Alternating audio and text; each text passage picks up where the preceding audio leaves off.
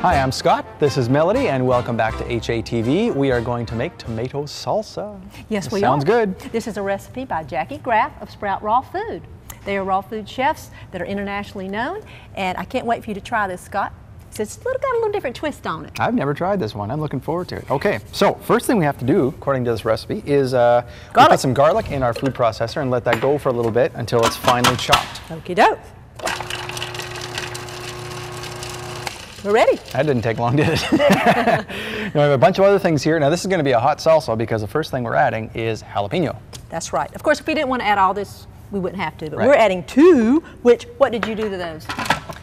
We de-seeded them, and we did that with gloves on before because you don't want to get your hands on the seeds and everything and then, rub your eyes or something. That's going to hurt. It makes your fingers burn, too. That's right.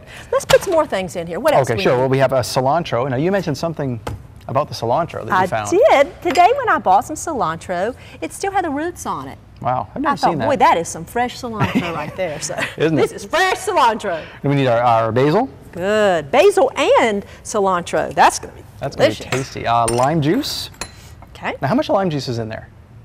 I believe it's one lime. Is There's it? two, Okay, actually. two limes. Yeah, that's two right. limes. Salt, cumin, chili powder. And we chop that until it is very fine. Very fine.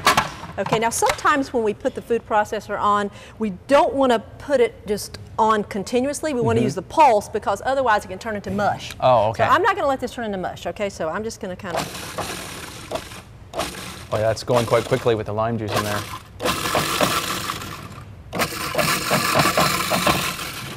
That looks fine to me. Yeah, it is. That worked pretty fast. Right. Is it ready? Yep, we're supposed to put it into the bowl with chopped tomato. So shall we use this bowl here? Well, that'd be fine. Okay. So we've got 4 cups of chopped tomatoes ready to go. Oh, those look so good. And then I'm going to take out the blade and pour in. Yeah, we're going to need that this food mixture. processor again. Okay. Because we have to put the red pepper in there and chop it fine, and then we'll put it into this mixture. Wow, that smells good already. Those spices. There you are. Okay, I'll tell you what. I went ahead and chopped this. Oh, you did? Just so that for the sake of time. So I'm going to put Oh, that so it doesn't in need to there. be chopped any finer than I'm not what's in putting it there. any Oh, I finer see. than that. But Okay. you could put it in the food processor. Either way. Okay. And then we have some onion. That's ready to go too. Good, good, good. Again, we can use our food processor. We can do it by hand. Either way. Now, the sun-dried tomatoes, what have we done with them here? Well, okay, we soaked them. They were very hard and leathery. Sometimes they can be that way. Sometimes they're nice and soft. You never know. So these have been soaking actually for several hours. Okay, and we need to drain those off, correct? We do. Let's drain the water off of here. There we go. Okay. Good. Now, Scott, I know that you like to eat those as they are. Right out of the bag, Right yes. out of the bag. So you know what I did? I saved you several so that you could eat those later, okay? You've got to try that if you've never tried that. Okay, let's put these in the food processor. Now, we can puree these. So I'm going to put this on full bore ahead. All right.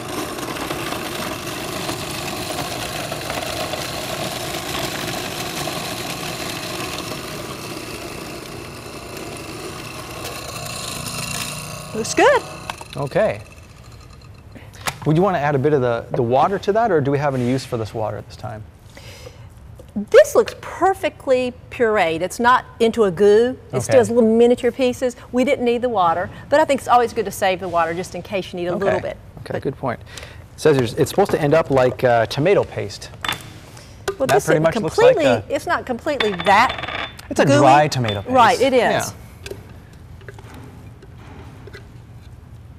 Everybody has to cater the recipe to their own texture that they prefer. I believe that's it. That is pretty much it, and we just mix it well, and then we try it with some of these raw chips that we sell in the Howdy Acre store. They're called Brad's Raw Chips, I believe is the name. And they're good stuff. Well, you eat this with anything you want to. If you want to use corn chips, you could. If you want to eat this as a soup, you could.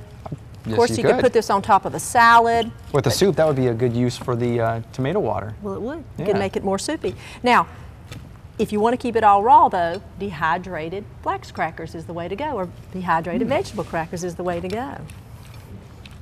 This certainly has just a unique look than your average salsa because of using the sun-dried tomatoes. So I'd like to try it. How about you? Go right ahead. Yes, let's try that. A little bit of that. Get some sun-dried tomato in there. Ready? Wow. That was good. It has some heat, but not that much, and a lot of flavor. This says it serves 8, but between you and me, let's take this back to the office and split it. You're on. Okay. Good stuff.